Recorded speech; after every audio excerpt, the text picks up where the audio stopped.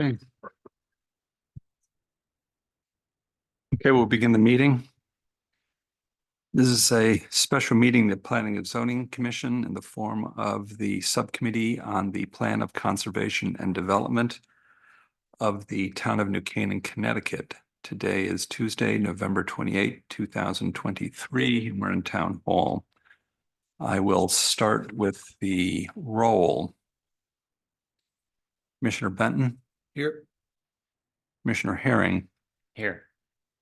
Commissioner Nielsen? Here. Commissioner Radman? Here. And Commissioner Turner, I believe, is going to be absent tonight. Yep. Okay, Commissioner Radman, you will be seated for Commissioner Turner. Sure. And Commissioner Chris, that's me. I'm here. Okay.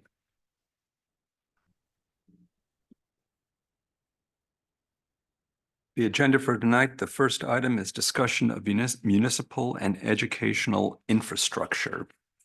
A few opening comments and procedural matters.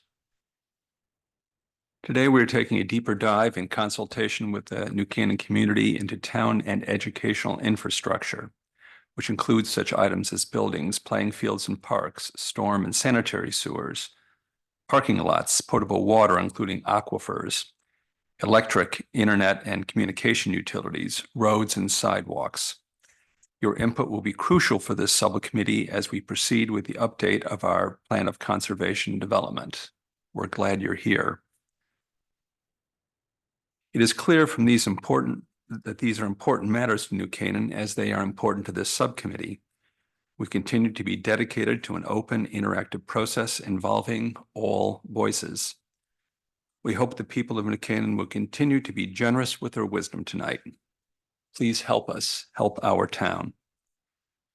I'm excited to discover what we will learn together as we hear our neighbors' insights and ideas. I hope we will have robust and friendly discussions on these weighty matters, with those discussions resulting in the very best New Canaan can offer. A few suggestions. Please get to the point quickly. If you have detailed exhibits to share, it might be best to email those to the planning office in Town Hall. All information will be entered into the public record and reviewed by this subcommittee. In addition, this way you can ensure that what you want to say will be precisely received. 3, please be specific with goals and concepts. We seek clear, actionable ideas. 4th, please also be clear on priorities. If everything is a priority, nothing is a priority. Furthermore, remember that the town only has so much money and so much bandwidth. It might be best if we focus our resources on those matters that are most urgent. Our task is to make New Canaan's updated plan of conservation development a living, action-oriented document which contains a carefully prioritized set of goals and means to those goals that encompasses the best long-term vision for our town. A vision that will make our wonderful community even stronger, more resilient, and more welcoming for all. It is a privilege to serve the people of New Canaan. Before I recognize Zoning Chief Sarah Carey, who will kick things off with some slides containing relevant data from our townwide survey and resident feedback, I want to review procedure.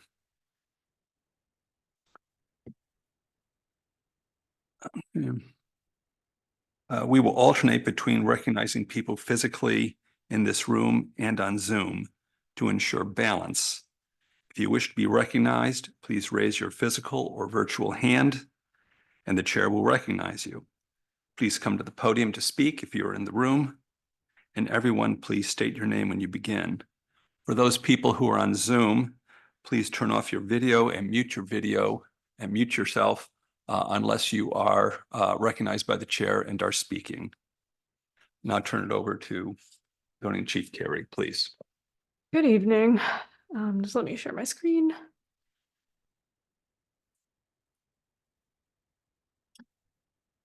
Okay, so before I get into what feedback we received from the survey and the community workshop, I just want to briefly go over what we need to review as pertains to the POCD relating to municipal and educational infrastructure. So with the POCD, there are kind of three buckets that you need to think about. There are items that the subcommittee has to consider, and then there are items that have to go into the plan, and then there are items that may go into the plan if the subcommittee feels so inclined to do so. So just, there was a handout out there if you wanted to look through this on your own, so I'm not going to Run chairs just outside in the front if you want to. pick them up. so I'm not going to read through all this word for word, but just so everyone has a brief understanding, we must consider various needs for the municipality that do relate to infrastructure. We also have to review energy efficient patterns for development and technology infrastructure, so internet service, cell service, that kind of thing. For the POCD, overall, it is a statement of policies, goals, and standards that need to be clearly communicated. And so within that, we need to think about where streets, sidewalks, bridges, etc. need to be located, what land use we want on all portions of town. We need to identify where the sewer system exists, where we may want it to expand or where we may not want it to expand. And we also have to think about future housing opportunities and how that relates to existing infrastructure capacity. And then finally, some other things we may include are the location of parks and playgrounds, other public lands, the location of schools and public buildings, and the general location of utilities.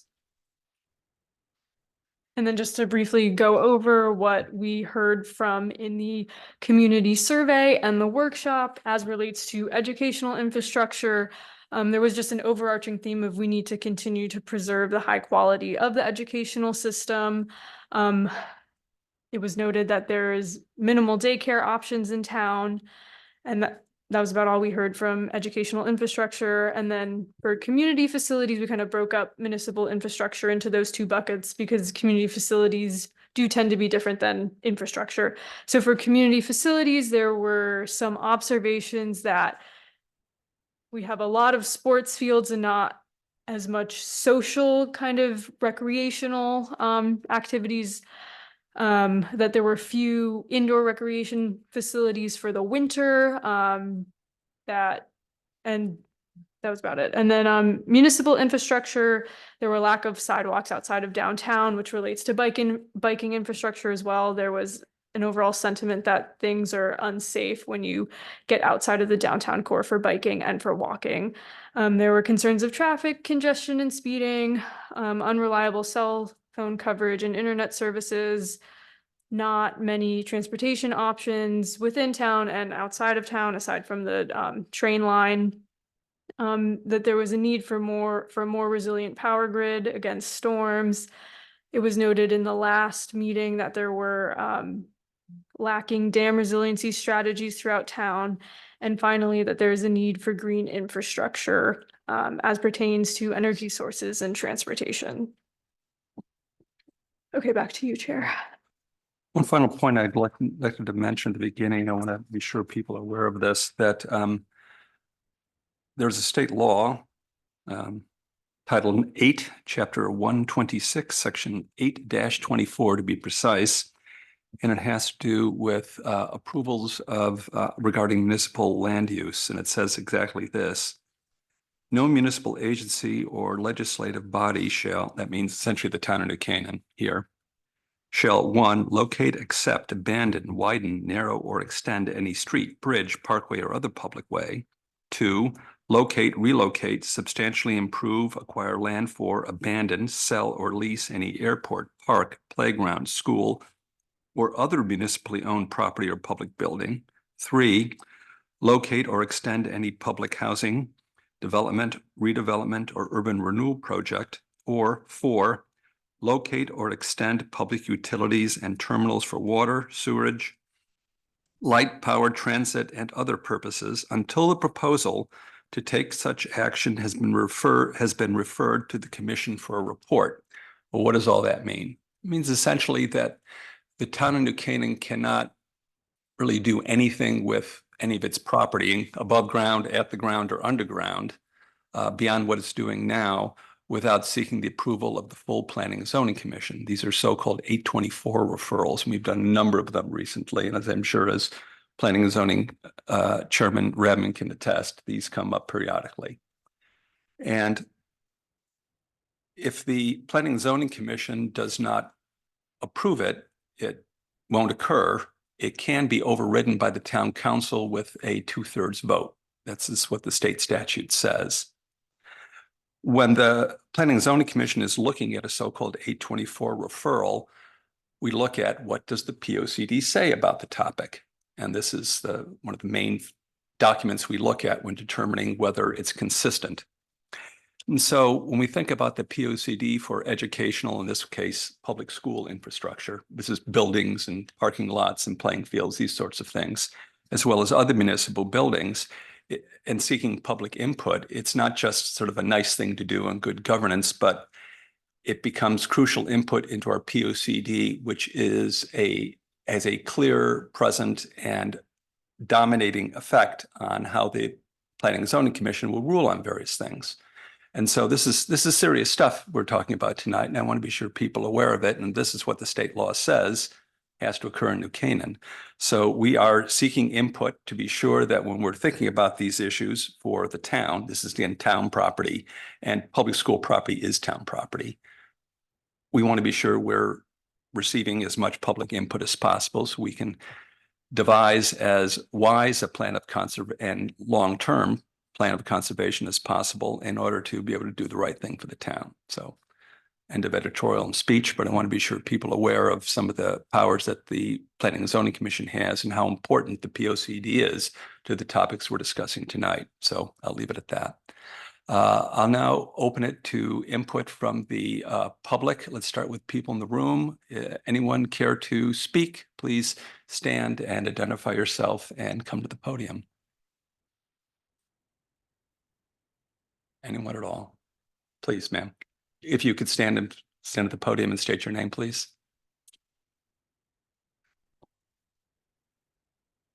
My name is Sarah van der Voort. I live on Cheespring Road in New Canaan. And it's something I brought up at the last meeting. It's about land use in New Canaan as far as housing is concerned. When I moved to this town 30 years ago, we had a lot more smaller houses. Now, if you drive around the town, there are a lot of large houses. And I'm particularly concerned that as people in the town age, there are not a lot of smaller ranch houses left to live in the downtown or the outer areas of New Canaan. And I'm wondering, in terms of planning, whether there could be a case made for, instead of putting a large house on a lot, that we could have lots that were divided and smaller housing could be put in there. The idea is, maybe somewhere like Weed Street, where which is reasonably close to town, that people could have a house and adequately adjacent to town. I know there were some issues about putting in high density housing on a lot that was near downtown, but I'm wondering whether smaller houses, either townhouses or one-story ranches, could be more of a factor in town, as so many have disappeared. Thank you. In December, we will be specifically discussing housing. Oh, I thought it was this meeting. Sorry. So you may want to bring it up then. I will note that I think it's 17% of the housing units are condo and townhouse, something like that. Mm-hmm. Yeah. But I will. Which is a high number for compared to many other towns. So. Okay, I thought it was being discussed at this meeting. I apologize. But it is December 14, I believe. Yep. Yeah, December 14 on housing in the downtown. So there may be a more robust discussion at that point. And you're certainly welcome to come, and we would appreciate your input. Anyone else? Oh, well, let's change on Zoom. Anyone in Zoom care to speak?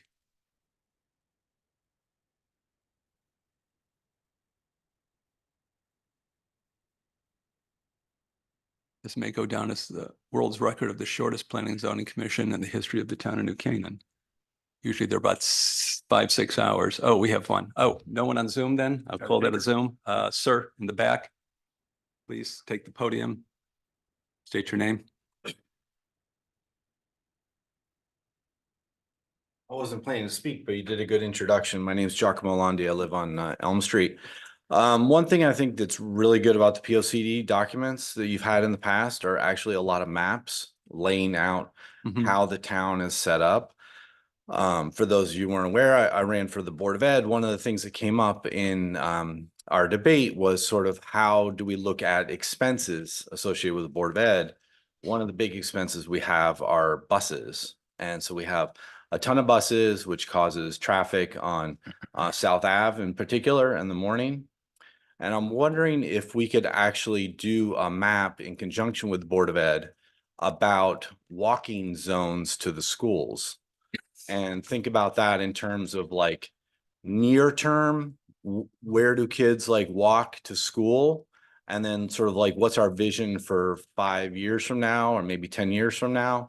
And how do we make sure that there's safe access?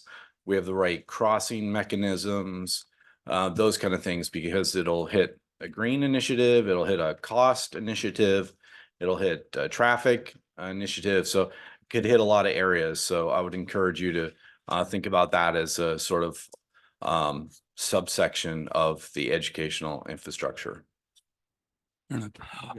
One thing that might be helpful in this, and I just stated broadly, is, what areas would be walkable, what sort of infrastructure is there now, and what extensions are possible. I mean, I live on Ponus Ridge, which is not particularly walkable, even on the best. People move very fast and it's very narrow and there's no shoulder. Many of the roads are pretty narrow and tough and winding. But downtown, it's a flatter area and much more walkable, especially the South School and the high school and Saks, but, possibilities for East School too. Again, you have to cross the state highway, so that's a thing. And West School's a little trickier, probably.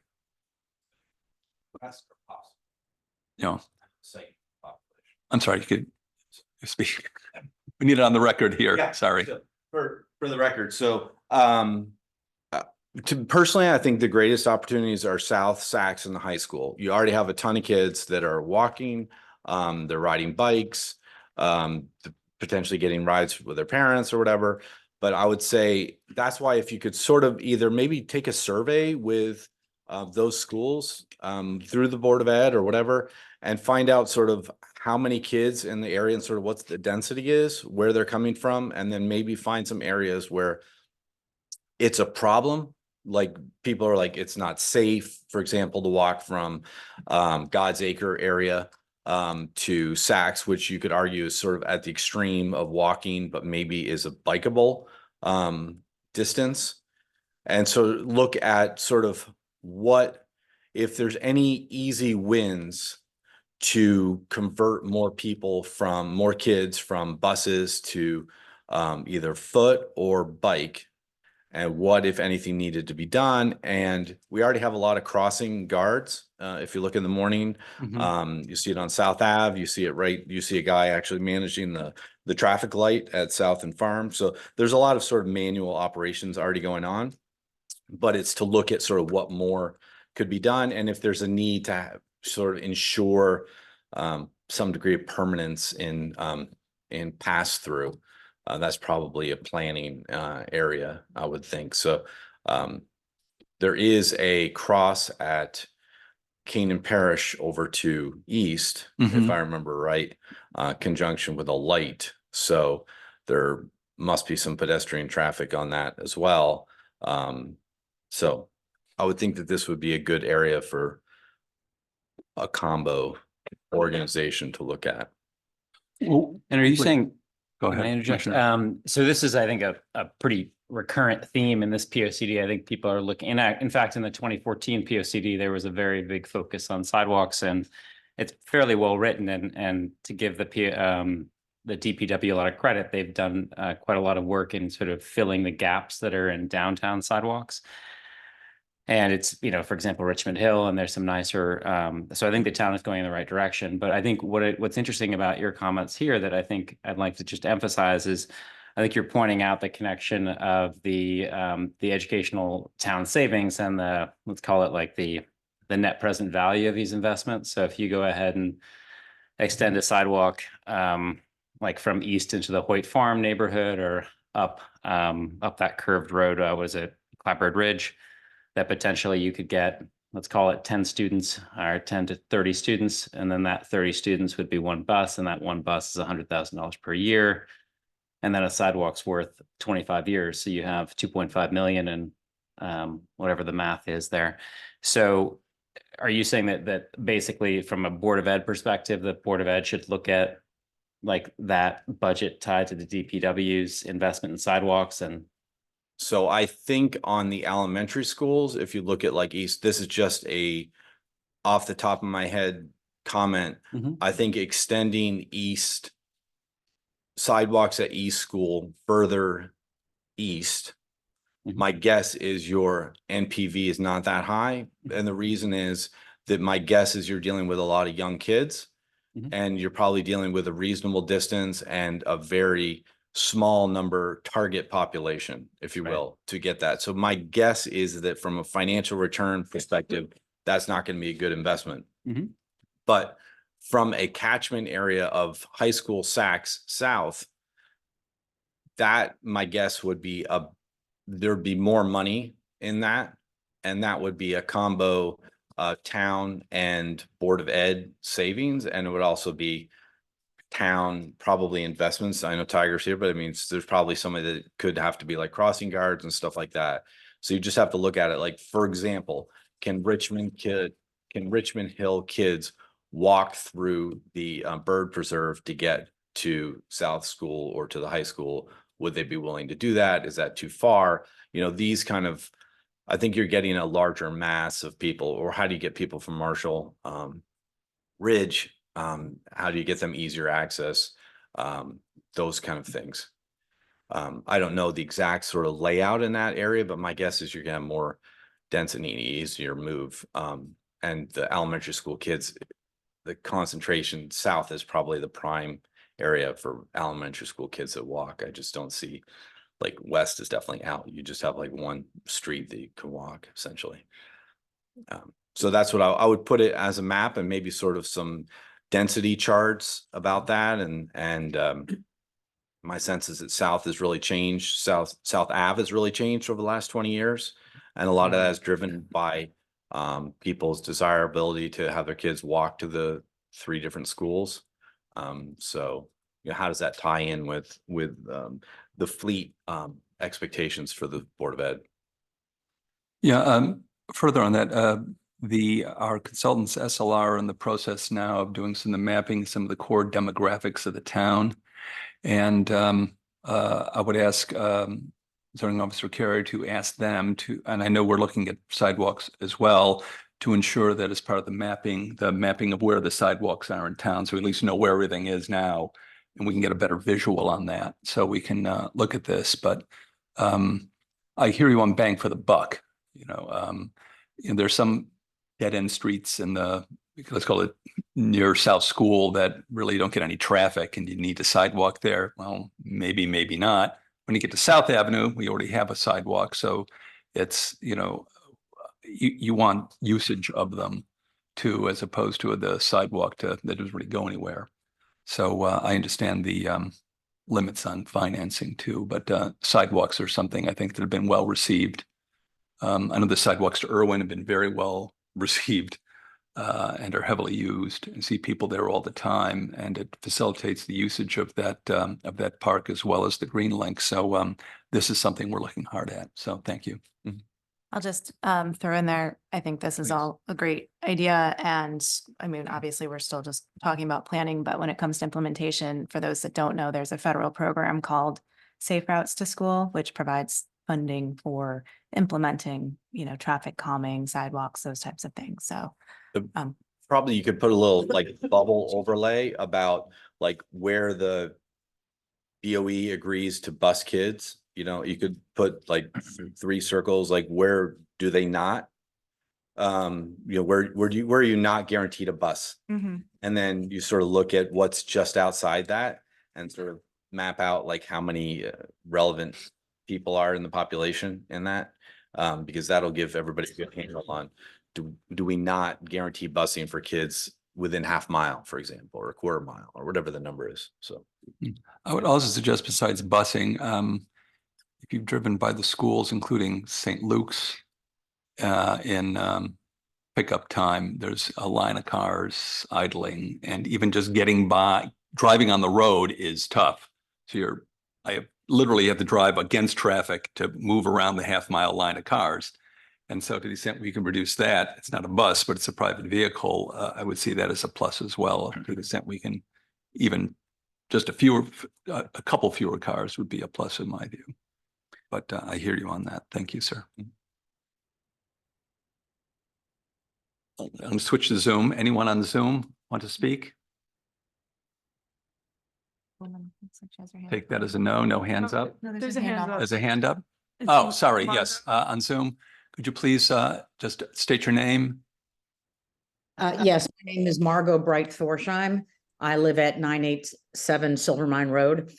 One of the things that I wanted to raise tonight, which we also talked about at the last meeting, which was more on environmental issues, but this is an environmental issue, but we need infrastructure modification at the schools in order to accomplish this. And that is that our schools are really the food service portion of our schools, the cafeterias are really relying on disposable plates, napkins, cups, flatware, even trays, and everything is disposable and there is no composting.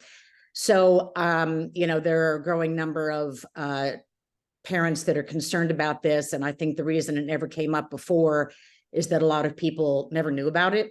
And now that they do know about it, it's becoming quite an issue and it's really gaining some traction. So I hope that we can do something about this because, I think a lot of us believe that education is much more than just teaching math and science and literature. It's about, teaching our kids to care for their resources and their homes. And, their parents are teaching them one thing and they're coming to school and they're learning the opposite, about conservation and about trying to reduce their waste and things like that. So, and a number of people would like to see storage facilities in the kitchens. Maybe it only takes a couple racks where we can put reusable plates and trays and flatware and space for dishwashers so that we can make the kitchens more sustainable.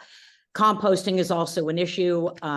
That's a little bit tougher. I think we need to get there, but I think, first of all, we need to get rid of all of the disposable items that our kids are seeing in the cafeterias. Thank you. Thank you. I would think about, you may want to consider extending it and it becomes really institutional food service. Now, the schools are the biggest one, but there's Waveney, there's Silver Hill, there are the restaurants and issues of, what sort of rules should there be on disposables and compostables and so forth has been discussed, whether that's really not so much a P&Z rule issue, but more others would need to pick up the baton on that one. But there's a lot of other going on. I mean, if you look at food waste that ends up in a landfill, which is, I think it's about 30% of most landfill is food wasted. It's about a third of and it generates methane, which is not good. Some of it you can capture, which is nice, but I hear you on that. But thank you for your view. You're welcome. Thank you for your time. I saw Ms. Bates Mason raising her hand, so please come to the podium and identify yourself, please. Thank you. Robin Bates Mason, 155 Parish Road. It's like I know Margot. First, I just actually want to thank the BOE and the town for installing solar panels on the schools and the CHPs. I know they couldn't at West, but still, and the solar panels were in the last POCD, and it's nice to see that the town followed through. But like Margot, I'd like to discuss about the amount of wastes at the school. And unless I'm mistaken, everything is disposable in the cafeterias. 6 years ago, the New Canaan High School Environmental Group reached out to Planet New Canaan, and they wanted to do a project. They wanted our help. They wanted to cut down the disposable plastic use at the high school. Their idea was to install plastic utensil dispensers, because they had told us, we didn't see this ourselves, that all the plastic utensils came wrapped in a set, and they wanted to at least cut down a little bit. And that was kind of eye-opening for us, because one of the girls said, well, if, you know, we just want to use a fork, we have a knife and a spoon and a napkin and wrapped in plastic. At more recent meetings of the Planet New Canaan Youth Board, the students discussed dishwashers in the schools, so that maybe the New Canaan Public Schools could start using reusable trays and cut down on some of the waste. So I'm here to encourage the schools to look at adding dishwashers. I know that the counter argument is that it's too expensive. The power purchase agreements on the solar panels and the CHPs save the BOE money. Though, so would the dishwasher save money? But I'm interested though, if the schools have ever done a study on the garbage costs. I think it'd be a great project for an AP environmental studies student, but with garbage getting more expensive, and there's so much coming from our school systems. I don't know if there's ever been a study or analysis done on how if using reusable items could save some money, because I do know it comes down to saving money. And then the last thing, not the schools, I just wanted to note for EV chargers in town. I have family members that came for Thanksgiving. They have EV cars. I do not. I don't have a charger, and they're looking for places. It would be nice if the first in Morse Court was updated and more added. I think people need to know that the new ones, you're not getting free electricity. I think that puts off some people. They think people are just getting free electricity. I think that was when the first phase of EVs came out. But I think it would help some of our stores, because I know that when my sister comes and she has to go to Stanford, she goes to Trader Joe's, she plugs in her car, and then she goes around to the little shops around there. And I think it'd be nice for our downtown stores if they got some of that traffic. Thanks. Thank you. There's another person. Please, you can come to the podium, identify yourself.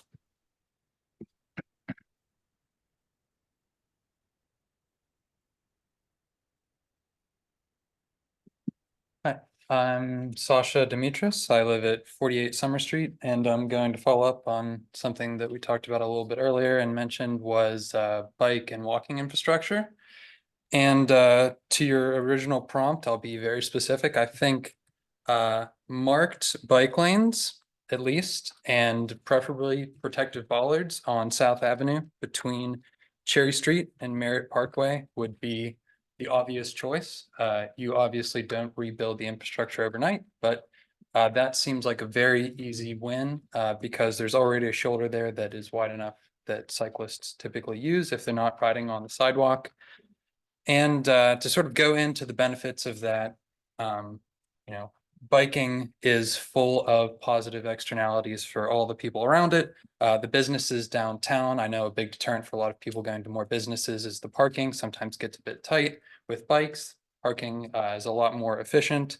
Back to the school transportation, both reduced congestion and emissions around the children, but also safety. In terms of actually using transportation, there's only one thing that has been proven in every instance to increase ridership of bikes, and that's protective bike lanes.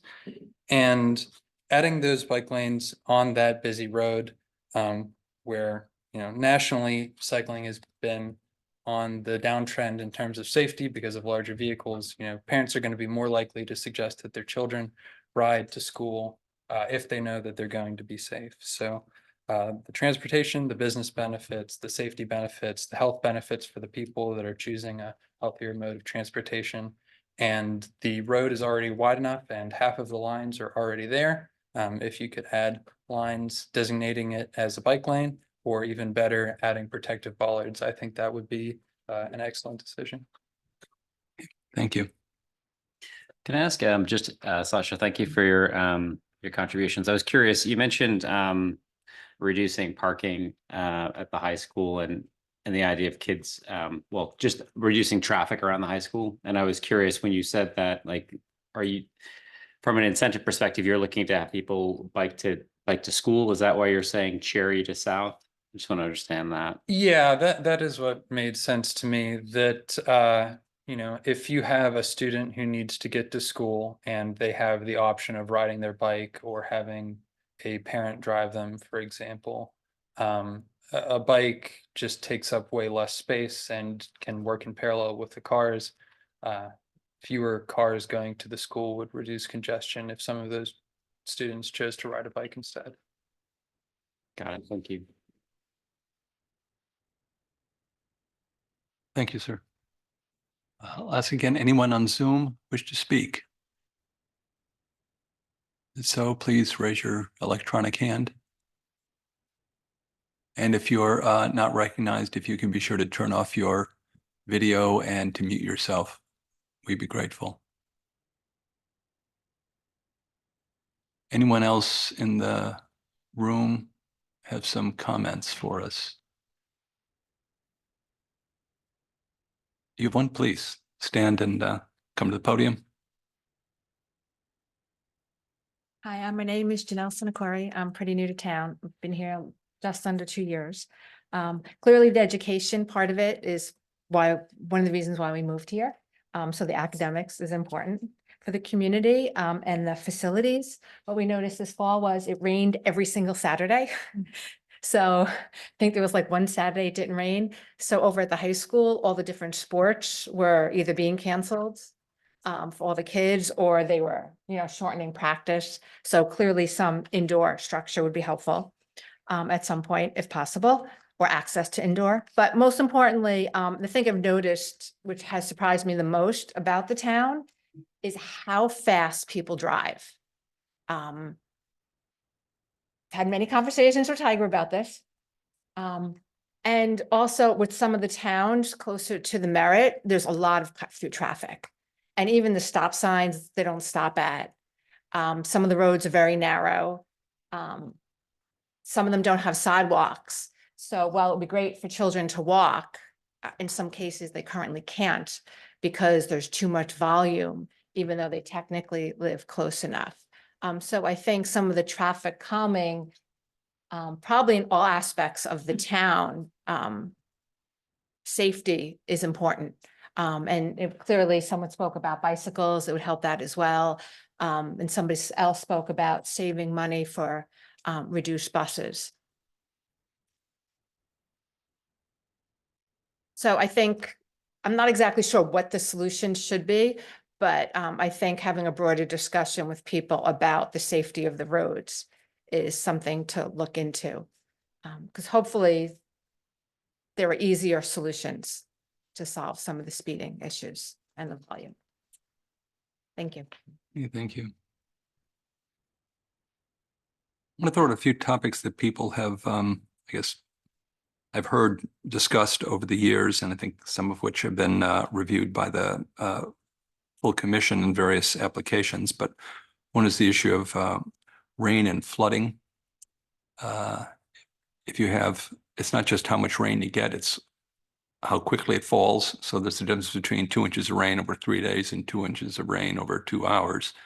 And flooding issues. I know there are some areas in the near Farm Road and so forth that have had periodic flooding, and it's been a challenge for some folks. And so to the extent we have more intense shorter term storms, that can be an issue as far as passability on roads and public safety and effects on property. It was mentioned also by Ms. Carey about daycare, which I've heard quite a bit about more and more as some younger families have come to town, that daycare is very hard to find in town. Just the quantity is not that big. And additional daycare would be useful. The issue becomes one of how to do it. It's really not a planning and zoning issue to create daycare, but though something may need to be approved. I know in the town of Cornwall, they have a not-for-profit that runs a daycare, I think on some town land that's donated.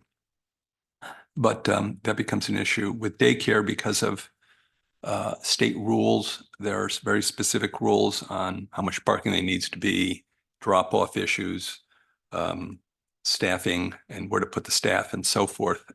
Not a space per child and so on. And so you need a certain amount of physical space in order to put this. You just can't put it in anywhere. So the issue becomes where to put it. Some of the comments I've heard, and again, I don't have any dog in this fight, should Kiwanis Park be rethought, which is, according to our survey, I believe, the least used park. I believe is in that. There is a pond there that I don't think is used very much anymore, given the new pool, which has been a big win, I think. But is that something that maybe could be rethought and repurposed? Also, here on roads about speeding. I live on Ponus, and if you're under 40, you're getting run over. That's really about 25, I think, and that's true on a lot of the roads. And we have narrow, winding roads. Other comment was, please pave the roads. I'll put that. Finally, regarding, it was mentioned, the educational infrastructure, if people want to comment on this, of the playing fields.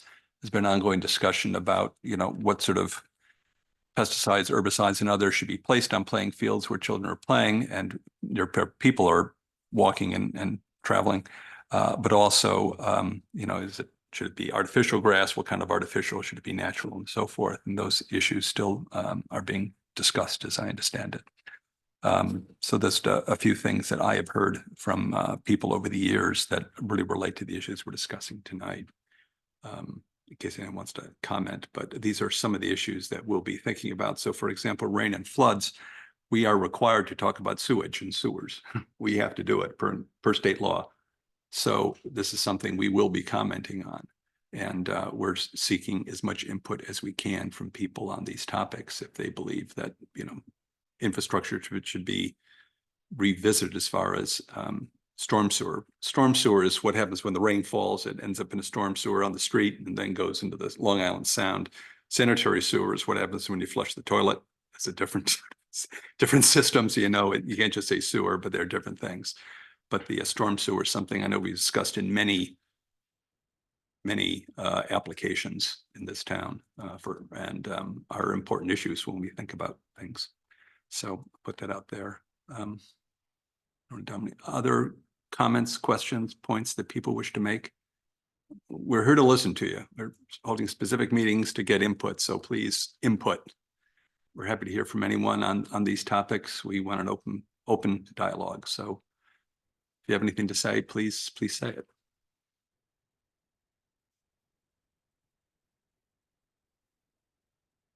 Anyone on Zoom wish to speak? I guess I'd put a question out to the group here, because I think one thing that keeps on coming up is this notion of having kids go to school on bikes or walks. And there doesn't seem to be a lot of incentive for them to do that, because they can drive to school as a junior, they can drive to school as a senior.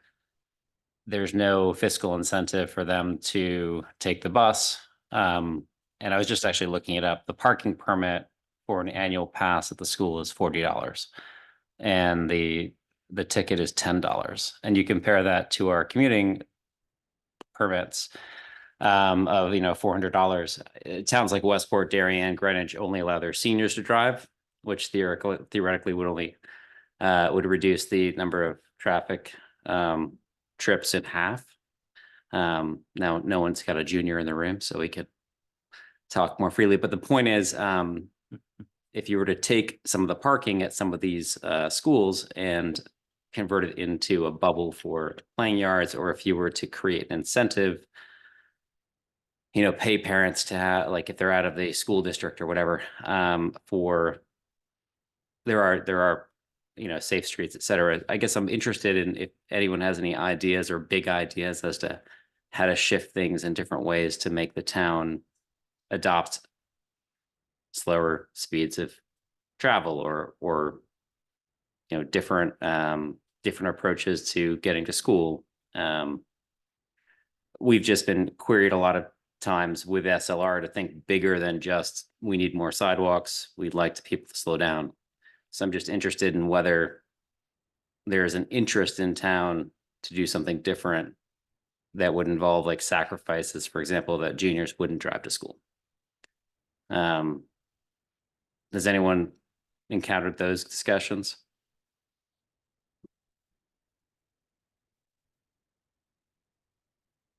Sasha, come back up. Sure.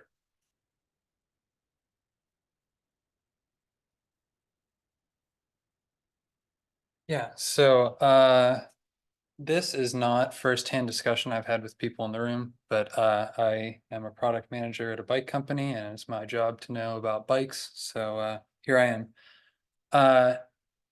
There has been quite a bit of research both in the US and Europe about how to incentivize people to use different modes of transportation. And sort of like I mentioned before, the best, most effective way is to make it safer for a variety of reasons, whether it's income related, not being able to afford a car, or the freshmen and sophomores. I don't know the culture of the New Canaan High School right now, but most people do say they prefer to ride a bike rather than drive a car in traffic. So that is the leading thing.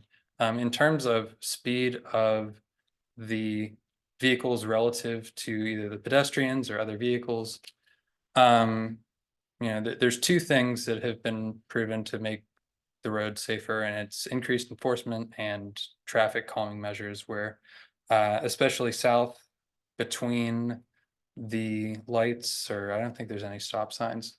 It's a long straight road, and long straight roads without any interruptions encourage faster traffic. So there's a variety of traffic calming measures that have been implemented successfully throughout the world. Roundabout, while confusing to a lot of Americans, has been proven rather effective. Another thing is, I don't know how this would work, and it would create a lot of traffic on other roads, but creating one-way roads within a road. So there is no long straight. You have to get off South Avenue to go another way. More stop signs at intersections could also be effective, although stop signs have been shown to make traffic worse than any other intersection junction. So yeah, safer for cyclists, and there's a lot of options for slowing the traffic down, but some of them might not be for the greater good of the area.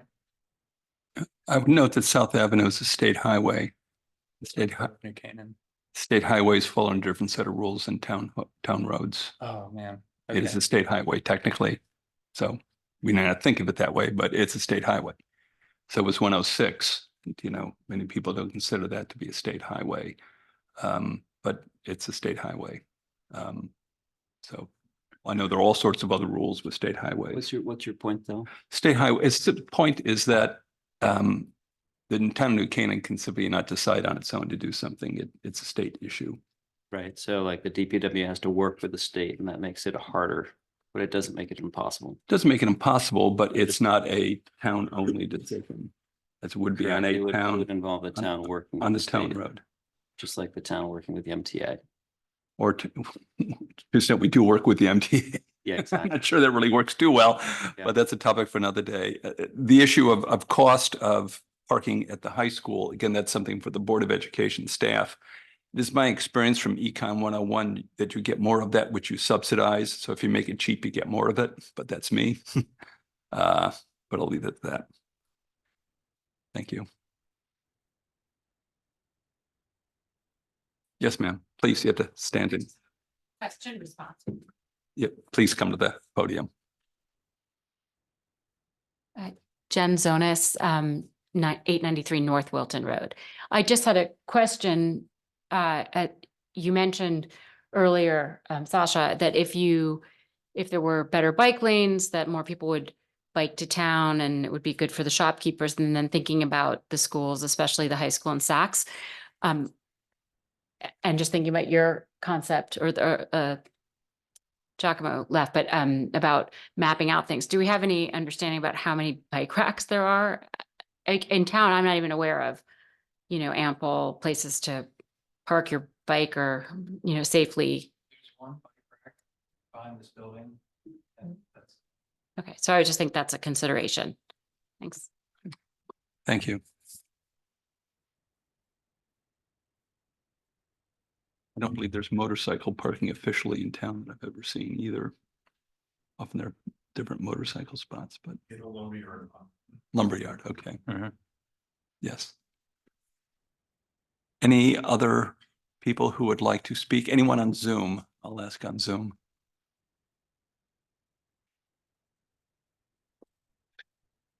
Anyone else in the room who would like to speak on this topic?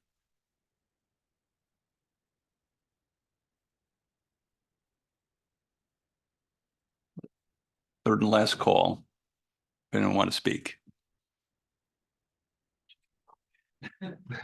Okay, we have a taker. Timing.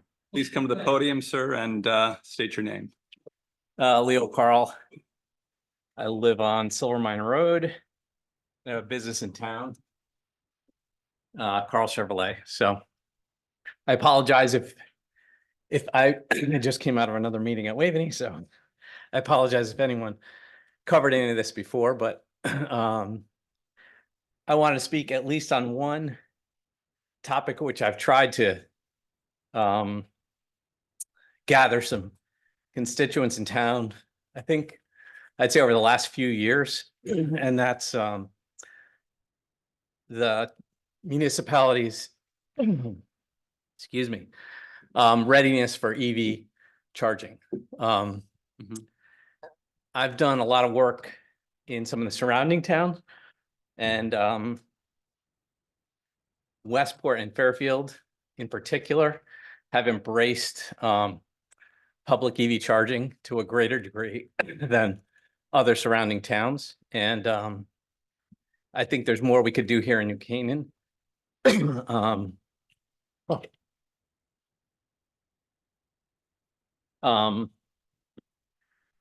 I know the pace of EV adoption has been varied, but New Canaan is the third highest per capita EV registration in the state of Connecticut. We currently have 2 EV charging stations that were put in right here behind Town Hall and 1 at Morris Court. I have 4 public charging stations at our dealership that are open at night and weekends. And there's 4 that we help support at the YMCA that went online earlier this year. As personal transportation moves towards electrification, it's going to vary over the next decade, and maybe it evolves into something that we don't even anticipate as we stand here today. But the reality is there's a whole new wave of plug-in EV vehicles that'll be on the road, and most charging for us here in the Northeast will be done at people's homes overnight. But one of the caveats of an EV ecosystem is that when you travel, there's charging available. And one of the things that local municipalities can do to just promote the existence of EV charging is to encourage public charging to be available. I don't advocate that it needs to be free. It should be pay to play. I mean, people that drive an EV are willing to pay for charging, but having adequate signage and accessibility to charging opens up people's minds to say, oh, if there's EV charging available in my own town, then when I'm traveling, it's likely I'll see it other places. A couple years ago, I actually just printed a copy of it. I drafted a white paper on municipal charging standards for a town like New Canaan. And we had people from a couple of people from town government, Board of Ed, some private citizens. And we walked, like, as an example, we walked all the Board of Ed properties and identified spaces that could potentially have EV chargers installed at each of the schools. And the Board of Ed was supportive of it to the point where it could be a magnet to attract teachers, because if you have a teacher that's got to commute an hour each way to school and they could charge their vehicle while they're teaching, it would make it more attractive to come work at that school versus another school. We talked to TDAC, and if you talk to people that own an EV today, a lot of times they'll think about where I'm going to go shop or go to dine and look for charging available. So I think it could attract more traffic to our downtown area. And again, not so much be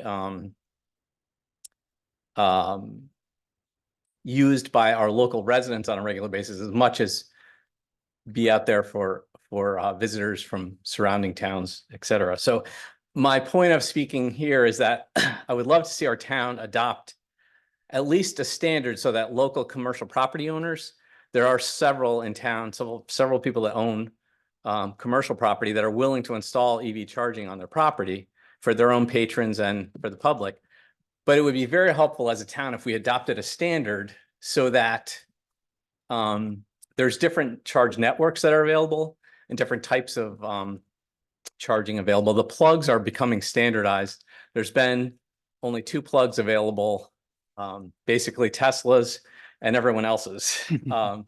And this past year, there's been agreements between Tesla and the other manufacturers to finally create an adapter so Tesla chargers can be used universally. So the world of charging has become a little more standardized, and it will continue to be that way. But I think as part of our POCD, it would be very helpful to incorporate a vision that has at least a standard ecosystem for here in New Canaan, if not mirroring what some of our neighbors in Fairfield County have done, to make it easier for those consumers driving EVs to get around and use the charging station. So A couple of questions, Yeah. to expanding on this topic, because I know it's one that's been discussed in this POCD analysis process, but I guess 2 issues. One is how many is the right number? You don't want to build them and then it sort of sits unused a lot. So what's the right number? And another one would be if you could discuss a little bit about the levels of EV. You know, there's a slow, fast, really fast, Yes. and really fast one, and the relative cost issues. And I'll state that one of the things that the Planning and Zoning Commission can do is change planning and zoning regulations to say for commercial, if you come asking for something Yep. with a new commercial building or a multifamily requirement of a certain level number. As an example, this commission required the library to install, I'm not sure it was 1 or 2 EV ports on their own property, which is admittedly about four spots. I think it's very few. It's mostly for, I believe, handicap parking. But we did require that. So we sort of crossed that bridge, but that's something we can do. But if you can go into the details on exactly what's the right number, and, you know, again, if you require it, they may put the slow one in, you need the fast one, and how we should think about this. What are your thoughts, sir? So I'll give you a couple of data points. The state of Connecticut about a year ago adopted some state zoning regs that says if a municipality, or I believe it's a state property, but if there's new expansion of any parking, they want 20% of the parking spaces to have EV chargers in it, which is a really high number. I don't pretend that we should be anywhere close to that, but that's out there. I do really like the idea of having a component of planning and zoning when there's additional development going on to make that a component of it. I think most home builders today understand that adding EV charging capabilities to new construction makes a lot of sense. So there's some of that happening naturally. There are currently state incentives for private property owners to install EV charging. There's EV readiness monies available to help site preparation. Some of that money is not necessarily available to municipalities. So one of the things that I view the POCD can do is to guide general public policy. And if you can get some private property owners, even if you can shine a light on things that are available to private property owners, that helps encourage them to maybe seek those things out. As far as charging standards, you're right. There's different variations of EV charging. Nomenclature, basically level 1 charging is a standard 110 or 120 volt outlet, 3-prong outlet. You could plug in an EV and charge on that. It's more like a trickle charge. It's going to give you about 3 to 4 miles of range per hour of charge. Level 2 is 240 volt outlet. That's traditionally what you see in homes, and also a lot of the public charging is level 2. And depending on the actual charger and the actual circuit that it's on, a basic level 2 charger will probably be on a 30 to 40 amp circuit, and it'll charge an EV about 15 to 20 miles of range per hour. But you can also get a level 2 charger that's 240 volts, that's on a 100 amp circuit that charges at a rate close to 40 miles per hour of charge. We just installed those chargers at our dealership. They're 19.2 kilowatt chargers. They're a little more expensive, but they're able to channel more electricity. And then you get to level 3 are the superchargers or fast chargers, and they come in different shapes and sizes. The Tesla superchargers that a lot of people see on the highways are about 200 and I believe they're about 200 to 220 kilowatts. There are now newer chargers that are coming online that are up to 350 kilowatts capacity, and those will recharge newer EV battery packs at a rate of about 80% in 10 minutes. So GM has this new Ultium cells that can recharge a vehicle that has a range of like 300 miles. You can get 240 miles of range in about 10 minutes on a 350 kilowatt charger.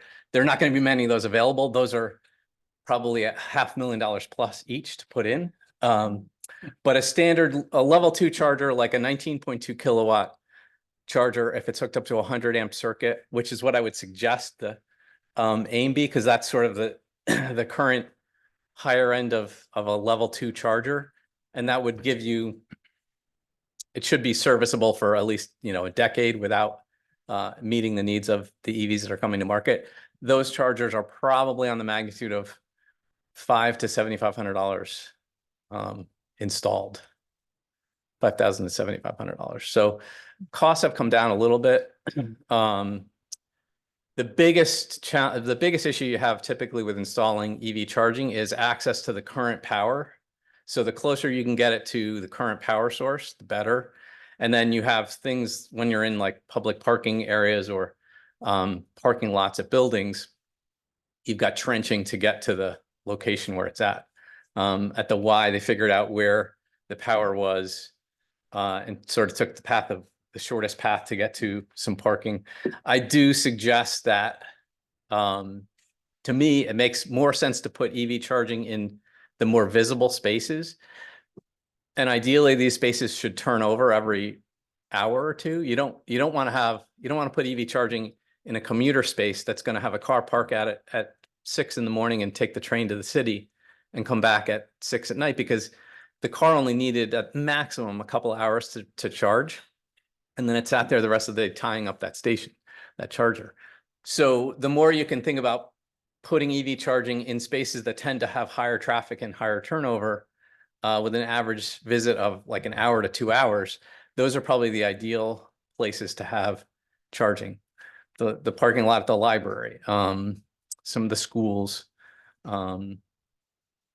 so that's, How do you? I don't know if that's helpful, but So for the charging stations that you installed at your location, did you pay for and install those, or did you go through a third party like ChargePoint or EVgo to, contract with them to install and service and maintain those? we installed those. So you're and- going to be maintaining them and Yeah, I do have a Big piece contract. for them. We decided to go with the chargers that we put in at our location and at the YMCA. They're from a company called Juice Bar, which is Connecticut based. They're built here in Connecticut. We like the fact that they're local. They have service capability to come service them as needed. They've got a pretty good track record so far. It's all this is emerging. There's no doubt about it. But I think we've, as an industry and as public, we've been at this since around 2010. We installed our first charger. So we've seen the first wave of iteration, and I think we're into at least the second or third generation of EVs. And this time it's a much broader approach. Virtually every manufacturer has a full EV model on the market today. We've gone from in 2021, there was probably maybe a dozen EV models available to the public in the US, and 2 years later, there's almost 50. So it's almost quadrupled in the span of a couple of years, and it probably will double again in the next 2 years. So, Further question on that. I mean, the issue of, hawking the space, I get that. Can you do a reverse charge? In other words, after 2 hours, you'll get charged So- me more and it's $10 an that's- hour or that's a $20 great- an hour? That's a great point, John. And the new chargers, and it costs a little extra money to make the chargers Wi-Fi compatible. They've got to be tied into a network, but through the apps, you can set up. There's a QR code at the charger at the Y, and at my store, and users would download the app. It's from Amp Up. It's the software, and you can not only set up different pay tiers, so you can have your own. For instance, the town could have municipal employees and Board of Ed employees could have a code that they charge for no charge. Maybe the town decides it's a perk of employment, and the town vehicles and Board of Ed employees can charge for no charge. New Canaan residents that are taxpayers on the tax rolls could charge at the cost of electricity, whatever that town decides that is. And then visitors could pay a market rate. That's a rate higher. So you can have multiple tiers of pricing for the actual charge itself. And then you can also set up chargers so that they alert the person that's plugged in. You have 15 minutes, your car's going to be fully charged in 15 minutes. You've got 15 minutes plus overtime to stay there before you move your car. And after that, it starts charging a parking fee that's almost usurious, but it's, at least double or triple the rate that was being charged before now. So you can charge for the electricity being used, but you can also charge for parking in that space at the same time. You can do both, or you can charge for parking separately and charge for the charge set. It can be however you have it set up, but in a lot like Morris Court, maybe you keep the parking fee the same for everyone, but you just pay for the charge that's there. The Morris Court charger, I will say, was put in around 2010. The utility company at the time had a pilot program that gave every municipality in the state of Connecticut the opportunity to get one EV charger installed with electricity provided by the utility company for free as a trial. I think that lasted for the first 5 years, and I believe the town now pays for the electricity to that. But their early, they did it as a project to follow utilization. They were trying to see how much electricity would actually be used. But that is a slower speed level 2 charger. It's on a 240 volt circuit, but my guess is it's probably on a 30 or 40 amp circuit, and it's probably charging a slower rate. But 2 more questions, if I may pick your brain a bit. To the extent you're charging an electric vehicle, and there's a whole different conversation of how you recycle batteries and where the stuff comes from. It's a topic for another day, but if it's coming from a coal plant, you're just kind of moving the pollution somewhere else. So, okay, have you really done anything? Is there a way on some of these chargers to ensure you're getting renewable electricity and so on, or is that even possible? I know you can do it for residential. You can go to Eversource or Energize CT and choose a different supplier. Is this possible for these? Yeah, it's ironic because it was about a year and a half ago, or maybe 2 years. The town was putting solar on a bunch of municipal buildings with a power purchase agreement. I think Mark Robbins helped put that whole thing together. But at the time, I was sort of lobbying to try to incorporate some EV chargers as part of that, because it's not a quid pro quo, but you're basically producing electricity during the day. You're using most of it, but in theory, you're creating some electricity. There's some electric supply companies that will say that we're selling you renewable energy, whether it's actually, if they can tie it back to this was produced at a wind farm or at a solar field. I don't know, that's probably debatable, but there is a lot of renewable electricity out there, and coal has gotten more, I think a little bit cleaner. We don't have, I think we have mostly renewable energy in the Northeast. I think there's still some coal, and there's certain pockets of the country where there's still more electricity produced by coal. That our electrical grid infrastructure is going to have some investments made. There's a lot of money in the infrastructure bill that passed last year that's going to flow into improvements to the grid. But and I've shared this with a couple of presentations I made. There are these new EVs that are coming to market have bi-directional capability where and I can speak from my own experience with, like, Chevy has a Silverado EV that's going to be coming out this spring. It's got a 450-mile range, but the power in the battery pack in that truck is equal to about 20 Tesla Powerwalls. So if Tesla sells a battery pack you can install in the wall in your garage or basement to store electricity in, and you can use it to, if you have solar panels, you can store electricity during the day and draw on it at night, or you can use it if the power goes out. So these new EVs, there's a bi-directional charger that works like a generator. So if the power were to go out in your home, you could have your EV plugged in, flip a switch, and power your house from the energy in your vehicle.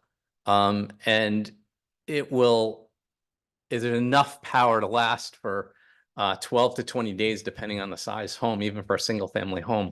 So question on that. So I think the bidirectional charging is super interesting, especially with the Silverado and some others coming out with that. So would you consider, if you look at that, and I know you somewhat experienced with this, if you look at our fleet management, for example, we just, spent $20,000 to put a generator at Vine Cottage here. Mm-hmm. So are you saying that potentially, the next 5 Silverados purchased by the town could potentially serve as go-to generators? And do you feel like there's a standard on municipal purchases that you? Technically, yes, but my guess is that the majority of municipal properties are not Vine Cottage size buildings. They're probably bigger structures. So I'm not sure how viable that would be.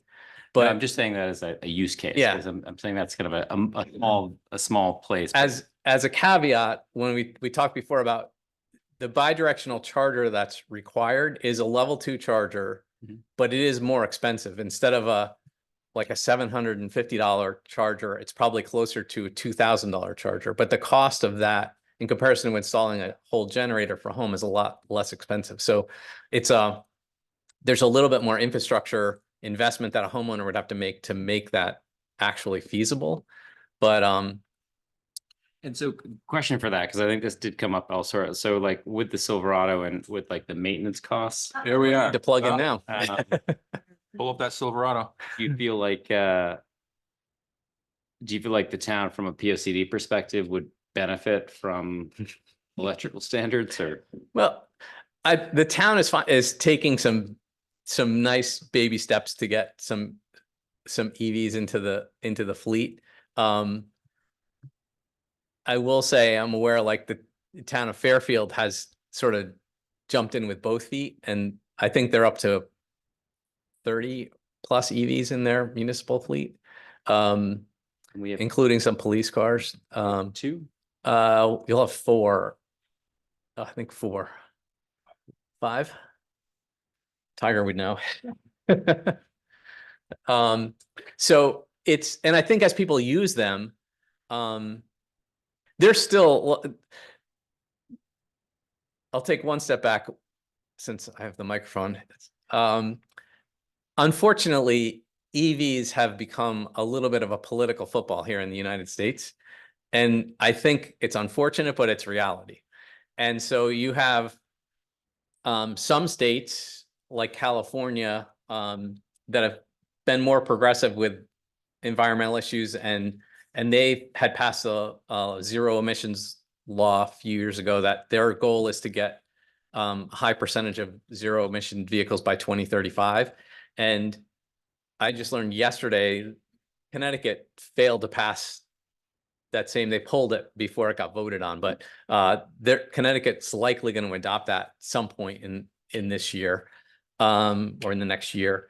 But there's other states that have actually put bills on in the legislature that ironically ban the sale of new EVs by 2035 in the petroleum centered states like Montana, North Dakota. There's bills. I don't believe any of them have been signed into law, but there's been people in the legislatures that have been proposing they want to ban the sale of EVs as opposed to ban the sale of internal combustion vehicles. So it's become a little bit of a political football, but globally, the world is moving towards EVs. I do think that the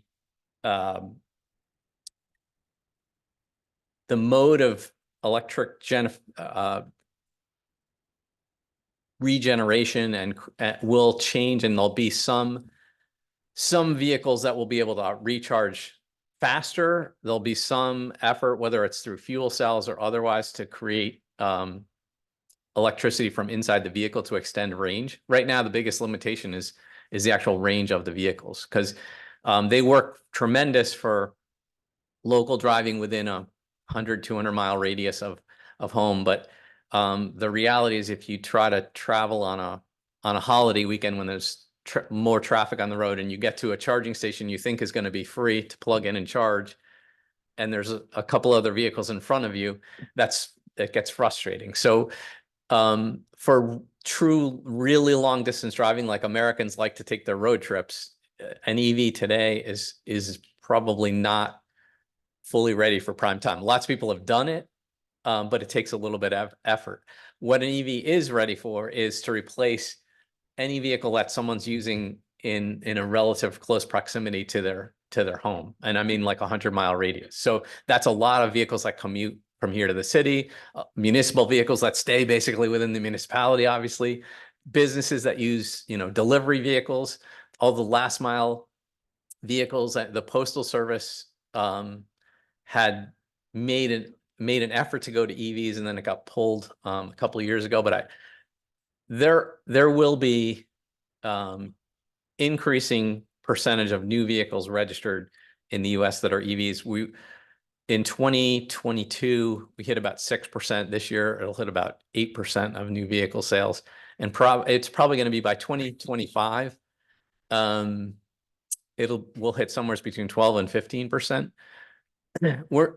It's still a small percentage of that's just new vehicles sold. So it's not going to be that gas engine vehicles all of a sudden go away. It's going to be a very gradual, and EVs are not going to replace every gas engine vehicle, but I would argue most of our households locally that have 2 or 3 vehicles in the driveway could easily have one of those be an EV today and be really happy with it. So. Sir, you mentioned you had a document with you. If you wish, you may not do it tonight, but otherwise, if you wish to send it to Ms. Carey, we can have it entered in the formal record. Again, your decision, not ours. Okay, will do. Thank you, sir. Thanks. Any further questions or comments from, let's start with anyone on Zoom. Have any comments they would like to share? Anyone else in the room?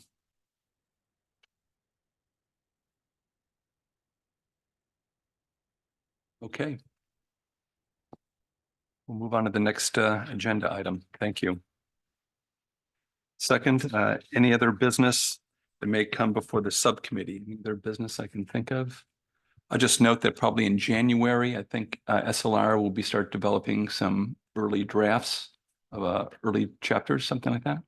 Yes, and also just a reminder that on the 14th of December, we'll have our final community dialogue relating to housing in the downtown.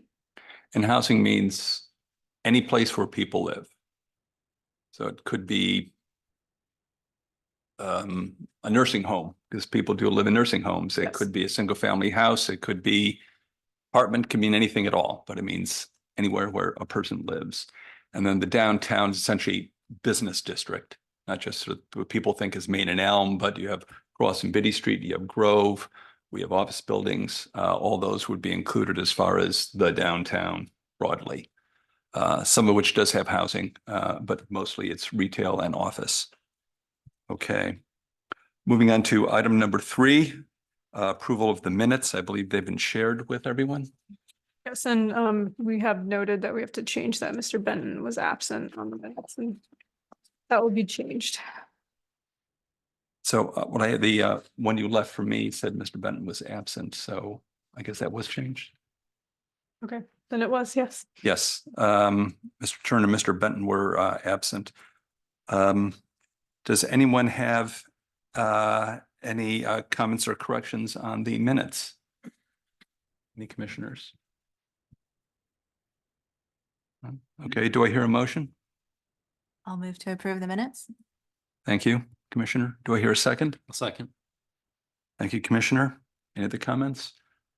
Um, You could we just will- do all in favor. You don't have to do the whole We'll roll do it call. by acclamation. All in favor, say aye. Aye. Aye. Any opposed? No opposed. The minutes are passed. We will see you on the 14th. This meeting is adjourned. Thank you.